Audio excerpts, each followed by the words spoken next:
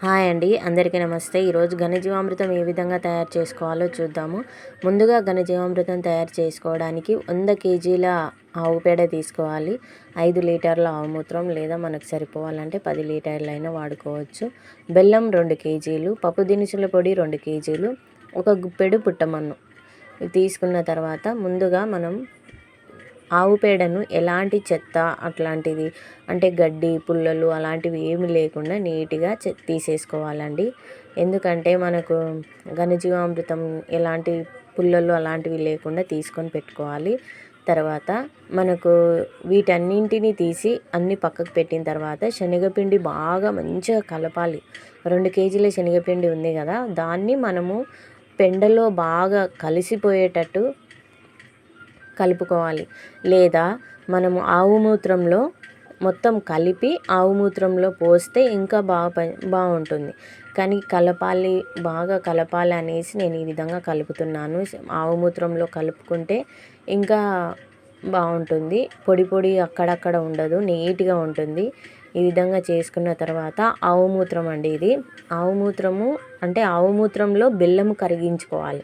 ముఖ్యంగా మనకు గడ్డలు ఉంటుంది కదా, ఇప్పుడు శనగపిండి ఆవు మూత్రంలో పోసినప్పుడు శనగపిండి ఇవన్నీ కరిగిపోతాయి.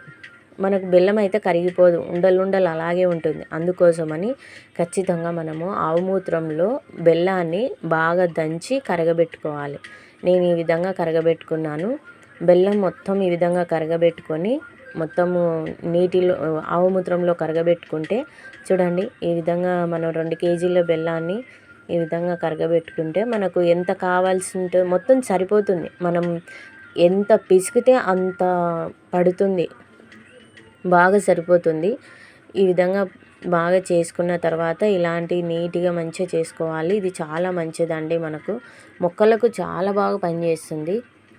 మనము పెద్ద చెట్లకు అంటే సంవత్సరాల నుంచి పెద్దగా ఉంటాయి కదా, వాటికైతే 2 కేజీలు లేదా 5 కేజీలు వేసుకోవచ్చు. అంటే జామ, మామిడి, సపోటా అట్లా పెద్ద చెట్లు ఉంటాయి కదా, వాటికి 2 కేజీలు వేసుకోవచ్చు.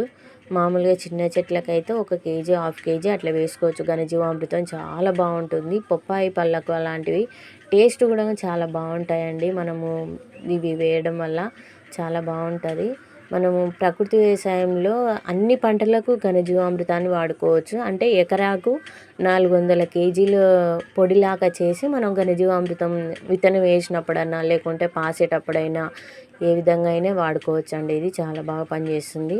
మనము ఘనజీవామృతంలో కలిపిన విత్తనాలు ఉంటాయి కదా, వాటిని ద్వారా కూడా తేమ శాతం అందించి మనకు మంచి మొలకెత్తడానికి బాగా పనిచేస్తాయి. నాటుకునేటప్పుడు ఇది వేయడం వల్ల మనకు ఎలాంటి అంటే మంచిగా పోషకాలు అందుతాయి. ఎలాంటి బ్యాక్టీరియా అనేది రాకుండా మొక్క బాగా ఎదుగుదల ఉంటుందని.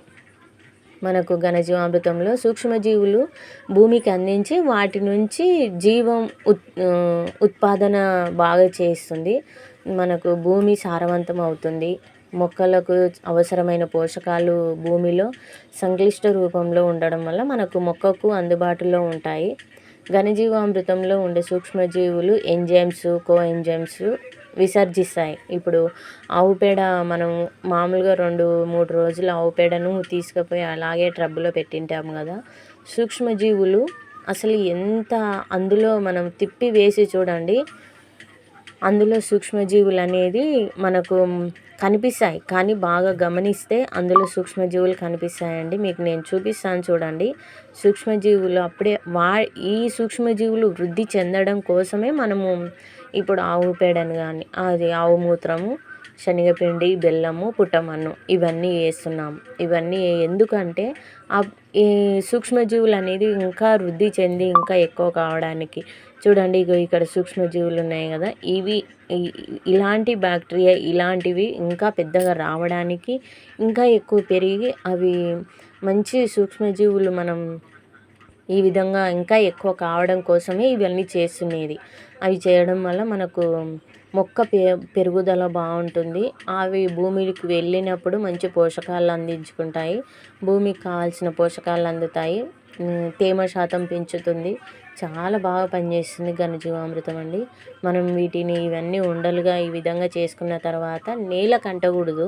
నేలకు అంటకుండా గోడకు పెట్టకుండా మధ్యలో ఏదైనా ఒక చెక్క పెట్టి దానిపైన గోనె సంచి వేసి ఇవన్నీ మనం ఈ విధంగా చేసుకుంటాం కదా, వీటన్నింటినీ నేలకు తాకకుండా బాగా పెట్టుకోవాలి. ఎండలో ఉండకూడదండి. తేమ శాతం మంచిగా నీడలోనే ఆరిపోవాలి. ఆరిన తర్వాత మనం మొక్కలకు వేసుకోవాలి. మంచి ఇది లైట్ అంటే మామూలుగా టెర్రస్ గార్డెనింగ్లు వేసుకునే వాళ్ళకు కూడా చాలా బాగా పనిచేస్తాయి ఇవి. లైట్ వెయిట్గా టెర్రస్ గార్డెనింగ్ చేసుకోవచ్చు ఘనజీవామృతం వేసి. ఈ విధంగా చేసుకోవచ్చు అండి. చాలా బాగా పనిచేస్తాయి ఘనజీవామృతము. మనం ఎలాంటివి వేయాల్సిన అవసరం లేదు. ఒక మొక్క నాటేటప్పుడు ఖచ్చితంగా ఈ విధంగా ఘనజీవామృతం పాట్లో వేసి మొక్క నాటామంటే చాలా మంచి చెట్టు ఎదుగుదల ఉంటుంది. ఫ్రూటింగ్ కానీ ఏదైనా సరే టేస్ట్ కూడా మారుతుంది. జీవామృతం ఘనజీవామృతంలో ఉండే పోషకాలు సూక్ష్మజీవులు చాలా బాగుంటాయి. అందుకోసం అని చెప్తున్నాను. ఇప్పుడు కొత్తగా ఈ విధంగా చేసుకోవాలి, బాగుంటుంది.